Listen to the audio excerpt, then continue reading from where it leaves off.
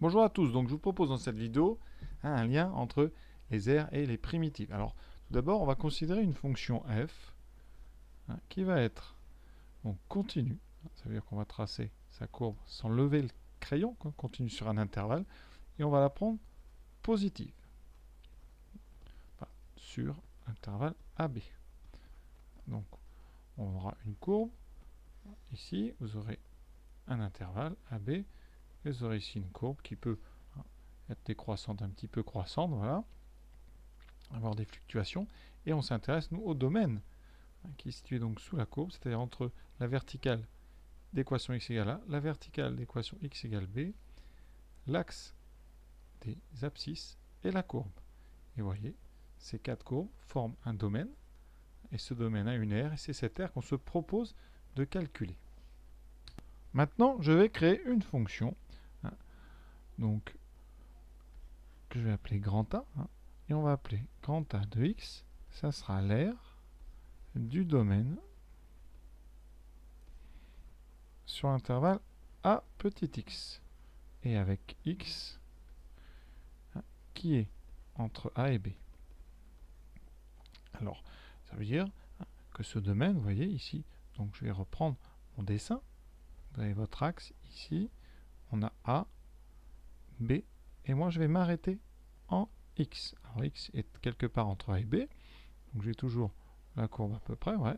Eh bien, la valeur de a de x, c'est donc l'aire, alors je vais mettre ça, oui, en bleu, donc l'aire qu'il y a ici, donc entre la verticale qui va en A, la verticale qui va jusqu'à x, la courbe et l'axe des ordonnées. Vous voyez ici, ça, cette aire-là, c'est la valeur de AX. D'accord? Évidemment, on peut remarquer que si je prends x égale petit b, remarque, si je prends x égale petit b, l'aire pour petit b, ça donnera l'aire du domaine sur AB, c'est donc l'aire que je cherche. Voilà. Alors qu'est-ce que j'ai? Eh bien cette fonction a que j'ai créée, elle est donc définie pour x allant de a à b, et je vais montrer, montrons que cette fonction, elle est dérivable. Montrons que a est dérivable.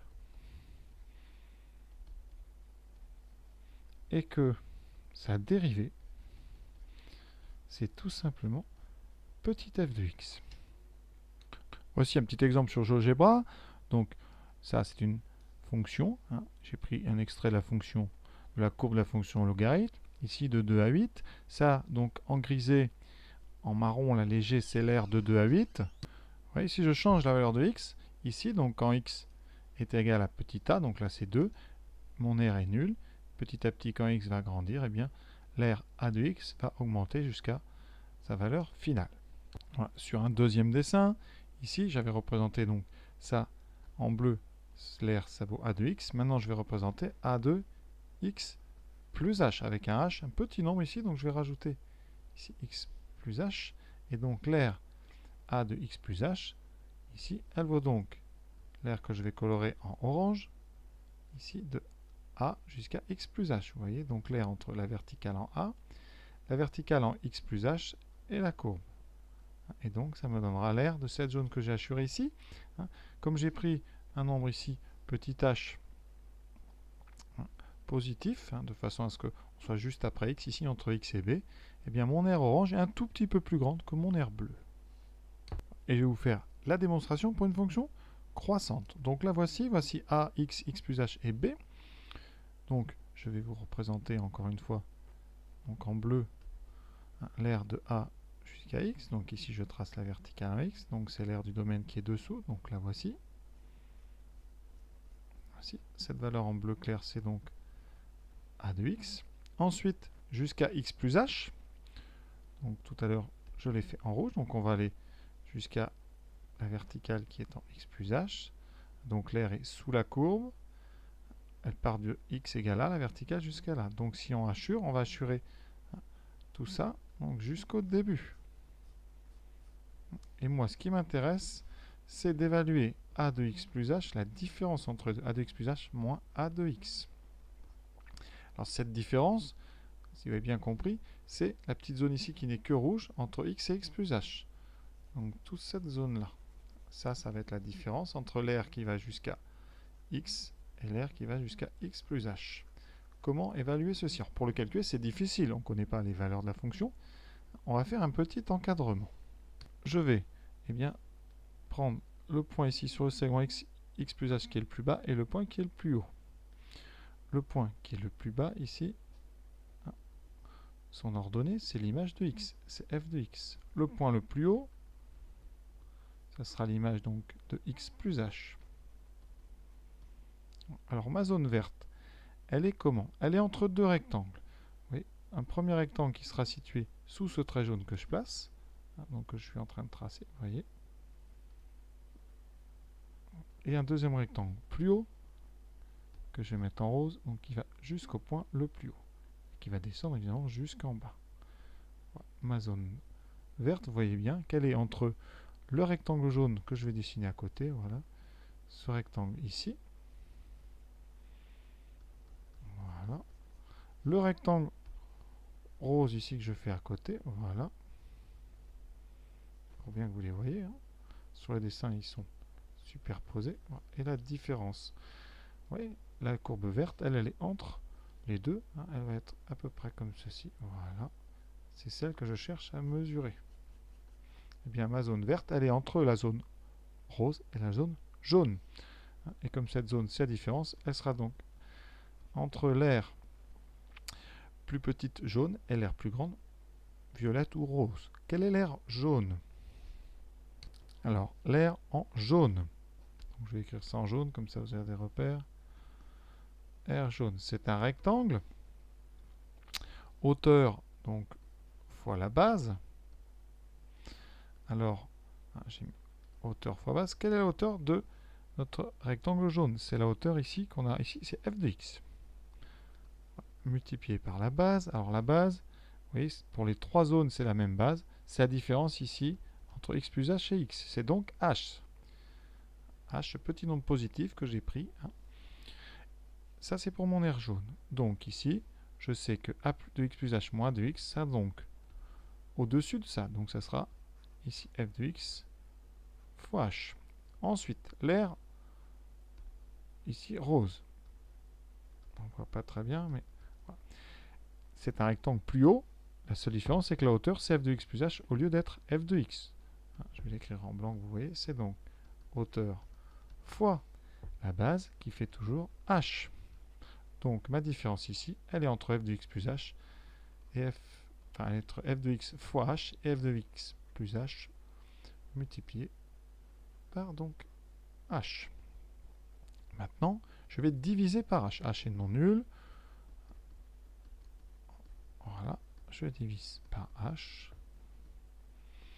J'obtiens que a de x plus h moins a de x sur h est entre f de x plus h et f de x. Alors là, vous dites à quoi ça sert tout ça? Eh bien, vous reconnaissez entre ici ce qu'on appelle un taux d'accroissement. Le taux d'accroissement de la fonction a entre x et x plus h. Et ça, on a déjà vu ça, un taux d'accroissement, quand on fait le chapitre sur les limites. Hein? Qu'est-ce qu'on peut dire ici? Quand h tend vers 0. Donc c'est un taux d'accroissement. Et on fait tendre, donc on fait tendre h vers 0. Alors à gauche, puisqu'il n'y a pas de h, la limite ne va pas bouger. La limite donc de f de x, quand h tend vers 0, eh bien ça fait f de x, puis il n'y a pas du tout de h dans l'expression. Ensuite, limite de f de x plus h. Par continuité, x plus h tend vers x, quand h tend vers 0. La fonction f étant continue, ça va donc tendre aussi vers f de x plus 0, donc f de x. Donc à gauche et à droite, ça tend vers f de x. Donc par le théorème des gendarmes, théorème d'encadrement, ce qu'on a au milieu, eh bien, tend vers la limite quand h tend vers 0 de a de x plus h moins a de x sur h, eh bien, ça tend donc vers f de x. Alors, on vient de démontrer ça. Je vous rappelle une petite chose pour que vous arriviez à bien situer.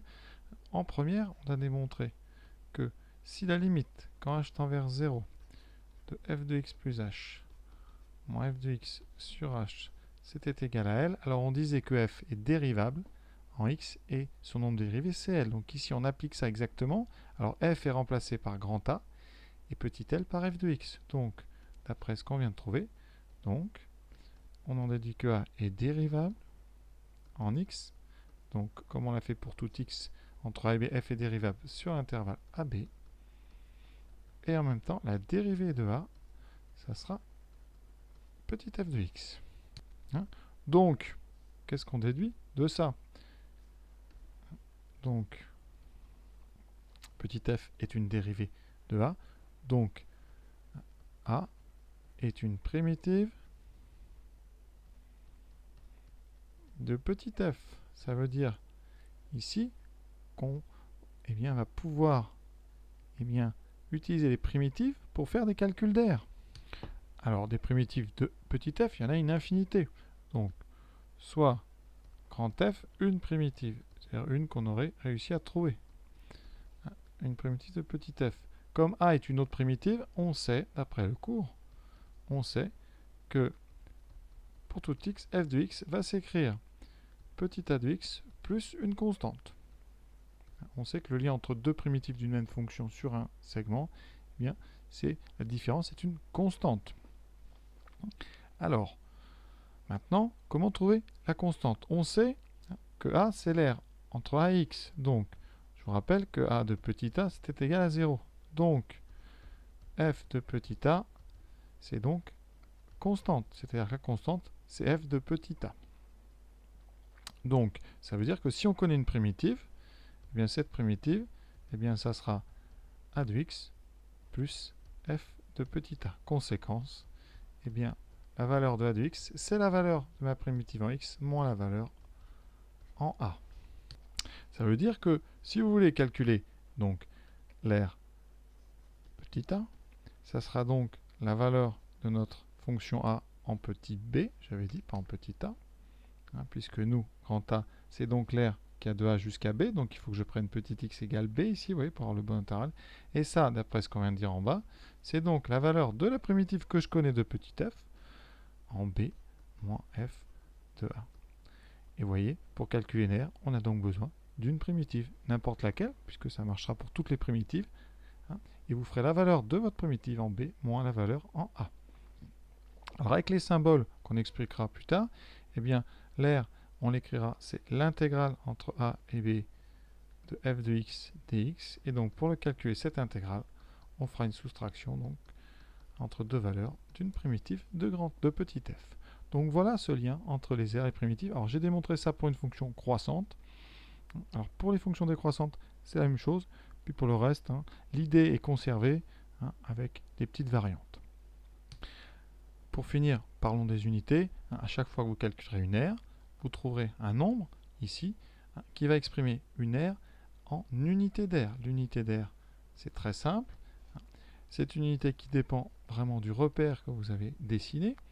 Alors, cette unité d'air, c'est l'aire d'un rectangle qui a pour base, ici horizontale, la graduation sur l'axe des x, et sur l'axe, ici l'axe y, la graduation sur y. Donc ici, ça représentera donc ce rectangle ici, unité. Ça, pour nous, ça fait une unité d'air. Alors je vais vous faire un petit exemple rapide avec le logarithme sur l'intervalle, par exemple, 2, 8. Alors l'aire que je vais calculer, vous voyez, elle est ici représentée. C'est donc l'aire de 2 jusqu'à 8. Hein. Ici, c'est donc ce qu'on appelle l'intégrale de 2 à 8 de f de x dx. Avec ici, j'ai choisi la fonction logarithme. Donc ça sera l'intégrale de 2 à 8 de ln de x dx. Ici, il me faut donc une primitive de ln. Alors, on ne la connaît pas toujours, donc je vais vous en proposer une. Hein, soit grand f de x égale x ln de x moins x. Hein.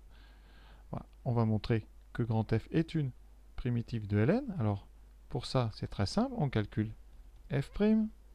f', donc on va dériver. Ça fait donc un produit ici. Dérivée de x ln de x, ça fait une fois ln. Plus x fois la dérivée de ln, donc x fois 1 sur x, et la dérivée de moins x, ça fait moins 1.